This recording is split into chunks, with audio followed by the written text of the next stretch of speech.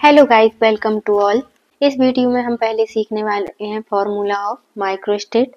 अगर आपको माइक्रोस्टेट या इसी को हम बोल देते हैं डीजेनरेसी निकालनी हो तो कैसे निकालेंगे। तो इसके लिए एक फॉर्मूला होता है, तो आपको ये फॉर्मूला लिखना होगा। नंबर ऑफ माइक्रोस्टेट्स इक्वल होता है n factorial divided r factorial into क्या आ जाएगा n माइनस r फैक्टोरियल। अब ये n फैक्टोरियल क्या है, यहाँ पे n है आपका मैक्सिमम, n क्या है आपका मैक्सिमम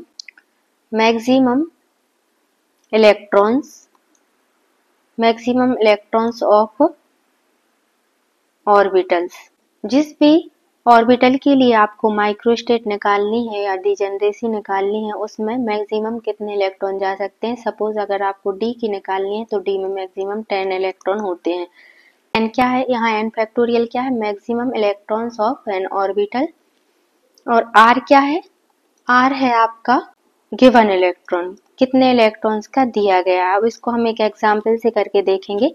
जैसे हमें निकालना है D2 के लिए, D2 के लिए हमें क्या फाइंड करना है, माइक्रोस्टेट।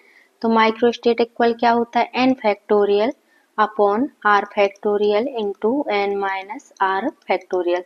तो n क्या आ जाएगा, D में मैक्सिमम कितने इलेक्ट्रॉन जा सकते हैं, 10 इलेक्ट्रॉन्स। तो n कितना आ जाएगा आपका 10 का फैक्टोरियल हो जाएगा। और r क्या है, गिवन इलेक्ट्रॉन। अब गिवन कितना है 2, तो यहाँ आ जाएगा 2 का फैक्टोरियल और यहाँ क्या आ जाएगा 10 माइनस 2 फैक्टोरियल। तो अगर हम इसको सॉल्व करेंगे, इसको आप सॉल्व करके देखना, यहाँ क्या आ जाएगा 10 इंटू 9 इंटू 8 इंटू यहाँ तक लिखेंगे तो 8 से इधर नीचे ये कैंसिल हो जाएगा। तो इसको आप सॉल्व करके देखेंगे तो कितना आएगा आंसर 45।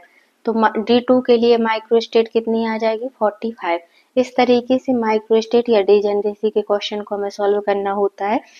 डीजेनरेसी का एक और फॉर्मूला होता है, इससे भी क्वेश्चन आ जाते हैं, जो होता है आपका 2s plus 1 into 2l plus 1।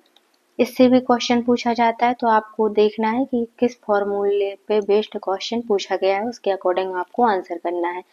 अब हमें निकालना है टर्म सिंबल। तो टर्म सिंबल को निकालने, अब टर्म सिंबल के लिए हम फॉर्मूला देखेंगे। टर्म सिंबल के लिए फॉर्मूला होता है L 2s प्लस 1 और यहाँ क्या लिखते हैं J। अब स्क्रिप्ट में J आता है, सुपर स्क्रिप्ट में 2s प्लस 1 आता है। 2s प्लस 1 का मतलब क्या होता है, स्पिन मल्टीप्लिसिटी। इसकी वैल्यू हमें फाइंड करनी होती है s को देख के। और j की वैल्यू क्या होती है, अगर आपका system less than half filled होता है, लेस देन हाफ फिल्ड, तो इसके लिए होती है l माइनस s। और हाफ फिल्ड या फिर मोर देन हाफ फिल्ड हो तो आती है l प्लस s। इस तरीके से हम निकाल लेते हैं टर्म सिंबल। अब हम देखते हैं ग्राउंड स्टेट टर्म सिंबल। तो यहाँ आप लिख लेना इलेक्ट्रॉनिक कॉन्फ़िगरेशन, यहाँ लिख लेना ग्राउंड स्टेट टर्म और यहाँ क्या आ जाएगा first excited state. Electronic configuration में कौन कौन सा सिस्टम आ जाएगा, यहाँ आपका आ जाएगा D1, D2, D3, D4 and D5। यहाँ आपका क्या आ जाएगा, टोटल 10 करना है हमें, तो D9 आ जाएगा, D8, D7, D6, D5 ही रहेगा। अब इनके लिए आपको क्या लिख लेना है, D, F, F, D, S। अब यहाँ 1 है तो आप 2 से स्टार्ट कर देना, 2, 3, 4, 5, 6। अगर D5 का केस है तो उसका ग्राउंड स्टेटर में क्या होगा 6। अब इसके लिए फर्स्ट एक्साइटेड 3s के लिए 3p होता है और 4f के लिए 4p होता है। ये हो गया। यहाँ हम देखते हैं मूलिकन टर्म सिंबल। तो यहाँ आपको लिख लेना है एटॉमिक टर्म, यहाँ आप देखेंगे ऑक्टाहेड्रल के लिए और यहाँ आप देखेंगे टेट्राहेड्रल के लिए। एटॉमिक टर्म क्या होते हैं, sp,d,f। ऑक्टाहेड्रल के लिए क्या लिखा जाएगा, A1g, P के लिए आता है T1g, D के लिए आता है T2g प्लस Eg और F के लिए होता है T1g plus T2g plus A2g। क्योंकि S में 1 ऑर्बिटल होता है तो A1 आता है, P में 3 होते हैं तो T आता है, D में 5 होते हैं इसलिए T2 प्लस Eg आता है और इसमें कितने होते हैं 7, तो 3 3 6 और 1 7। अब टेट्राहेड्रल में क्या करना है, सिर्फ आपको G नहीं लिखना है, बाकी सेम रहेगा, T1 T2 प्लस E यहाँ क्या आ जाएगा, T1 प्लस ई। देखते हैं मैग्नेटिक मोमेंट।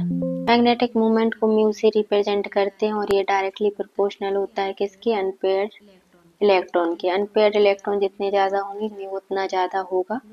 म्यू को हम कैसे कैलकुलेट करते हैं, इसको निकालने का एक फॉर्मूला होता है, म्यू इक्वल होता है √n इंटू n प्लस 2 और इसकी यूनिट होती है बोर मैग्नेटॉन, जहाँ n क्या है, number of unpaired electrons, number of unpaired electron.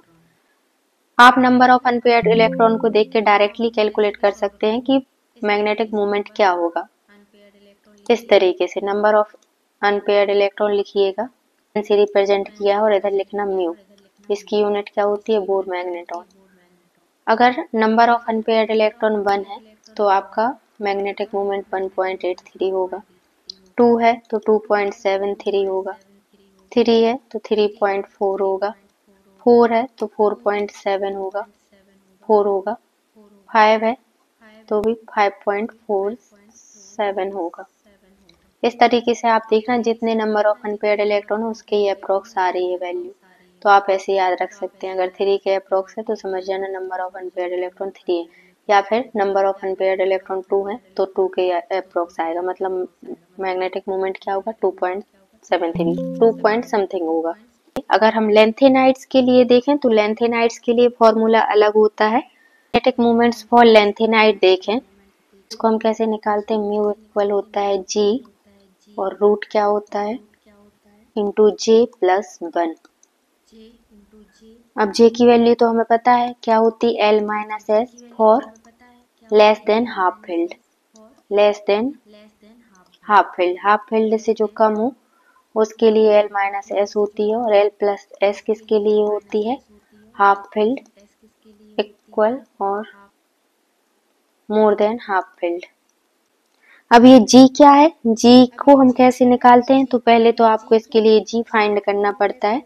तो जी को कैलकुलेट करने के लिए भी यहाँ पे फॉर्मूला में लिखा दे रही, जी इक्वल होता है 3/2 plus S into S plus 1 minus L into L plus 1 upon 2 J into जे प्लस 1। तो इससे आप क्या कैलकुलेट कर लेंगे, जे की वैल्यू, सॉरी इससे आप क्या कैलकुलेट कर लेंगे, जी की वैल्यू। तो जब भी लेंथेनाइड के लिए पूछा जाए मैग्नेटिक मोमेंट तो आपको ये फॉर्मूला लगाना है, और बाकी ट्रांजिशन मेटल्स के लिए आपको, और बाकी अदर कॉम्प्लेक्स के लिए आप इस फॉर्मूले से जाके कैलकुलेट कर सकते हैं। आई होप आपको वीडियो समझ में आई होगी। अगर आपको पसंद आई हो तो प्लीज़ लाइक करना, शेयर करना एंड सब्सक्राइब करना। Thank you.